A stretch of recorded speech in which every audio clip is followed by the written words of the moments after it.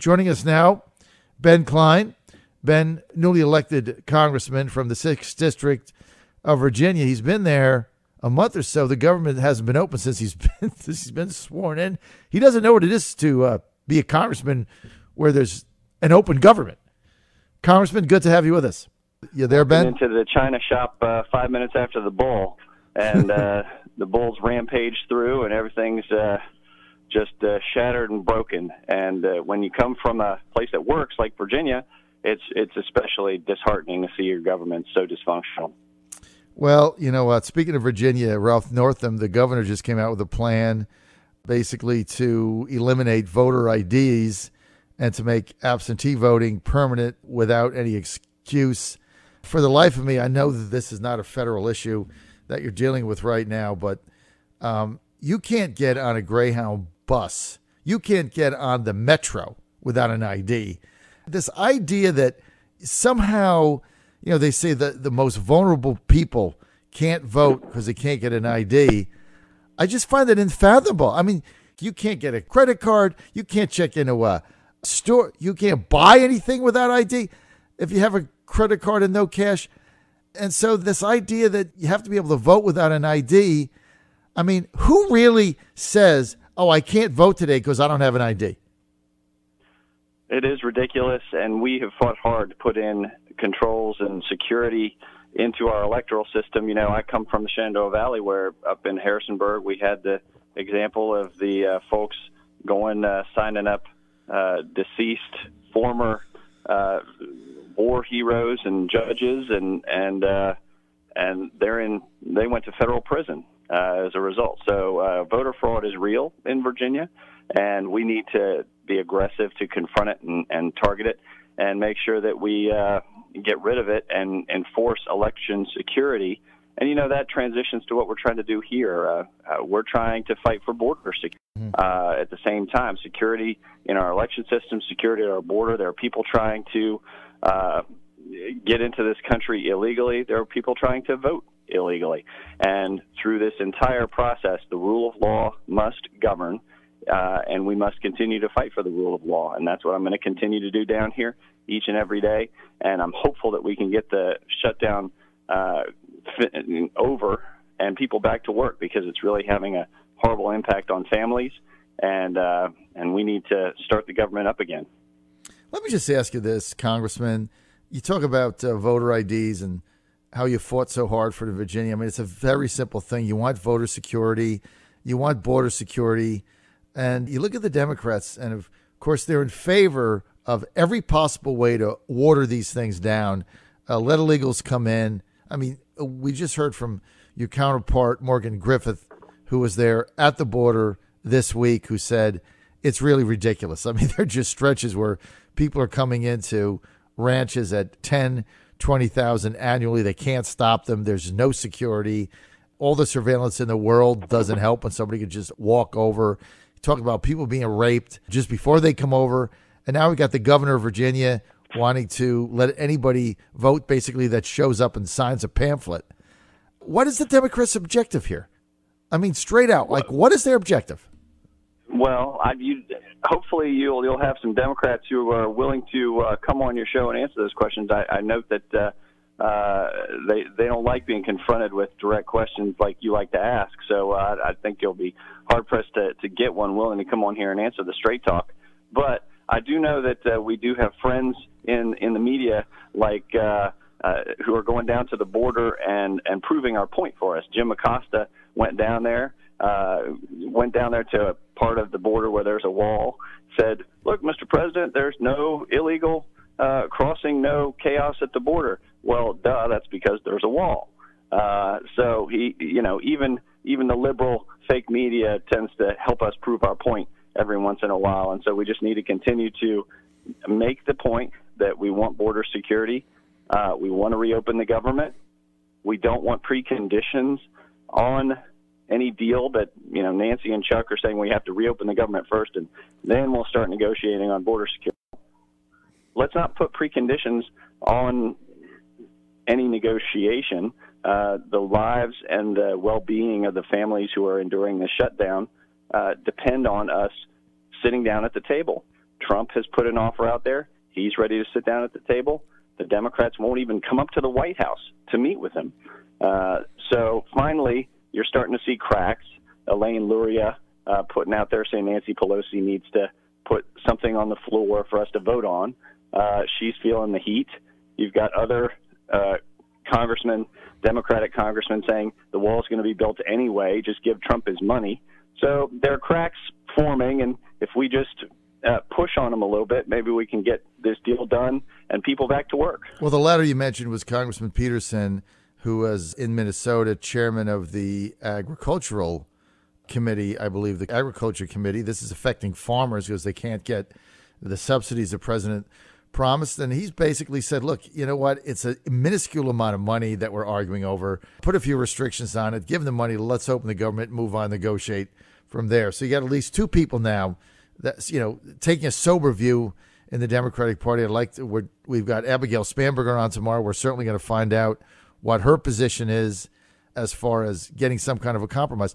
Can you live with what the president, I asked the same thing to Morgan, Ben Cline, can you live with what the president outlined on Saturday? I know that some on the right, like Ann Coulter, who I disagree with on this instance, said that it's amnesty and the president caved. I don't think it's amnesty at all, nor do I think he caved, and I think she's out of line. That's just me. Can you live with the compromise that the president outlined Saturday? Well, I think it's less about what the specifics of the proposal are. It's more about the fact that he is putting forward a proposal, and it's a serious proposal. It doesn't get 100% support from his side, but the way you get to an agreement is putting down a marker and saying this is where we'll start negotiating. And so I commend him for starting the negotiations or sitting down at the table and trying to negotiate in earnest, whereas the Democrats are refusing to even come to the table. So while I might not agree with every point in his proposal, at the very least, he's putting one forward. It's a serious proposal on the White House's part, and so I'm glad he's taken that step, and we'll see where it goes if the Democrats actually are really wanting to reopen the government or if they're all just talk, which is what we come to expect from the other side all too often. Congressman Cline, it sounds like you're willing to entertain this compromise the president laid out, whether or not the Democrats are going to go with it or something else. But it sounds like you've got an open mind to find something that all parties can agree on to move forward. Am I interpreting that correctly? I don't think I want to put any kind of statement out there endorsing or rejecting what the president has put forward, because things may change. Right. And so what you agree to one day is what isn't on the table the next day. Right. And what we can't have is the president negotiating with himself. Right. And that's a problem that you get when the president has said, okay, well, I'll do this. And then Nancy Pelosi says no. And then he says, well, then how about this? And she says no. And then eventually you realize that you're negotiating with yourself, not getting anywhere, and then watering down whatever you're doing. So I want to reopen the government. I want $5.7 billion for the wall, and that's where I start my negotiating.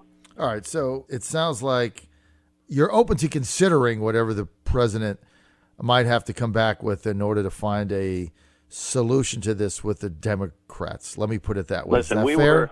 were up at the White House last week, sitting down with Mick Mulvaney, talking to him about all of the issues surrounding this shutdown. How do we get the government open? So anytime the White House calls me, I'm going to pick up the phone and I'm going to listen. So I appreciate all that they're doing to try and end this shutdown and help those families who are so hard hit by this, by the intransigence of the left, by the unwillingness of Nancy Pelosi to come to the table with serious offers other than $1. It's an insult to the families who are so hurt by this shutdown that she takes so lightly these necessary negotiations to get the government started again. Why isn't she listening to people like Congressman Peterson in Minnesota and Congressman Elaine Luria in Virginia? I mean, why doesn't she react to some of the statements that they've made, which is, look, come to the table, let's get something done? Is she just beholden now to the extreme left-wing, crackpot wing of her party? Is that based on the people that you've talked to there? Is that where this is headed on the Democratic side? Listen, she's been the head of the far left wing of her party for years, pushing the limits further and further into socialist rhetoric, and the chickens are coming home to roost. Mm-hmm. You look at the freshmen who just got elected on her side of the aisle, right, and now they're getting on committees and starting to have influence in her caucus. She might be boxed in. I don't know. It depends on who can actually exert the most influence. The far left of her caucus, who are out there in the media, on social media more often, or the ones who are actually behind the scenes going to her and saying, or through letters saying, my district is really beating down my door about this shutdown. We've got to get this government started again. And I think she's one thing you can't underestimate. Nancy Pelosi, she's been around a long time, mm-hmm. and she knows how to wheel and deal up here in the swamp. And so when the deal gets cut, hopefully she'll be at the table, but she has to come to the table as speaker. She has a responsibility to the people to come to the table and actually engage in negotiations with this president, not just fire missiles from Capitol Hill, rhetorical missiles back at the White House. We're with newly elected Congressman Ben Cline. He's a freshman. Republican, represents the 6th District of Virginia. That is the Lynchburg area, goes to Roanoke. Congressman Cline, the Mueller investigation, now that you've been there a couple weeks, are you getting a sense from your colleagues that this is about to wrap up, that there'll be some sort of a report, or is this thing just going to go on in perpetuity? What have you heard? Well, it's kind of taken a backseat in terms of information to the shutdown. Everybody's dealing with the shutdown right now, and how do we end the shutdown, put people back to work. But we know that the Mueller investigation is continuing. I'm having my first meeting with members of the Judiciary Committee today. I'm newly appointed to the Judiciary Committee, and so we're going to be kind of learning who the chairman of the subcommittees are, the ranking members of the subcommittees are, what subcommittees we're being appointed to, and then we'll start talking about what issues Chairman Gerald Nadler is going to want to cover in the Judiciary Committee. And we know he was talking about impeachment long before others, and so I hope that members of the Judiciary Committee take their roles seriously and somberly, and make sure that we look for the evidence and make sure that we don't just go off on tangents. Too often the other side doesn't like to have evidence to support their allegations or theories. You just look at the videos that are out there now about the high school from Kentucky. The left was all too quick to pass judgment mm-hmm. on these high school students, and the reality was quite different. So we hope everybody waits mm-hmm. and lets the Mueller report get finished and completed and filed. Once it's done, are you in favor of releasing it to the public? Do you believe as transparent as possible?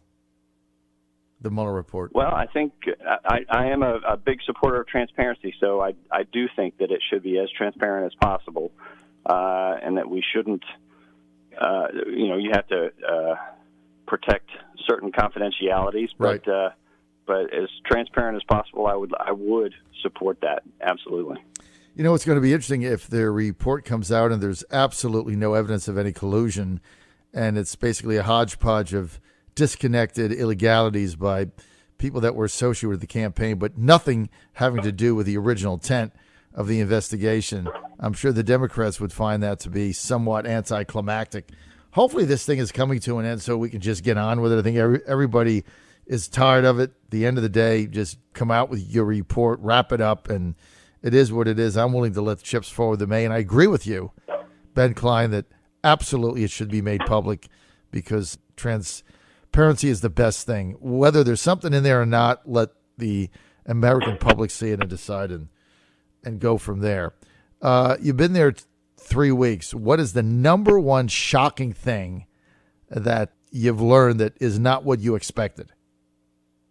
How big this visitor center complex is in the underground, right next to the Capitol. I had never been to it, and I've been lost 3 times in it.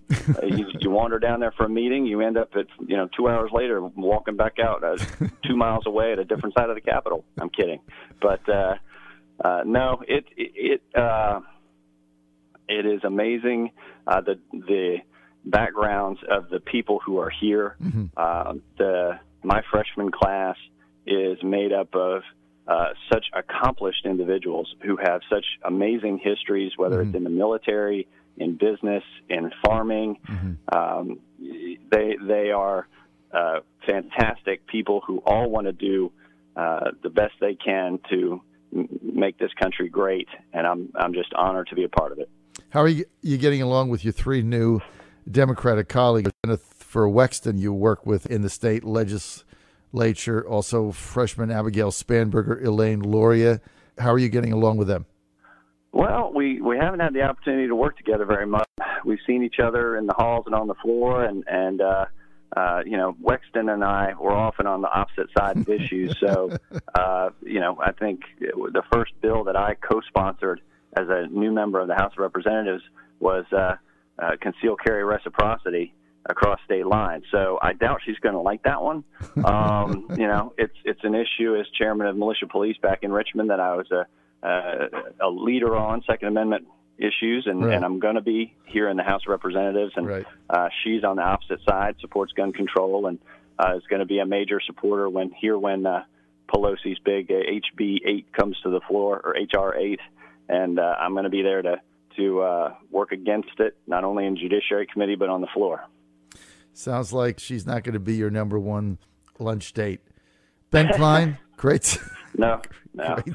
But when it comes to Virginia and jobs in Virginia, we'll find ways to work together. I'm sure you'll find ways to work with Abigail Spanberger and Elaine Luria. They're going to have to work with you in the middle to get things done. Otherwise, both of them are going to get defeated in 2020 when Trump is on the ballot. That's their reality. John Fredericks Radio Network, Ben Cline, thanks for being with us.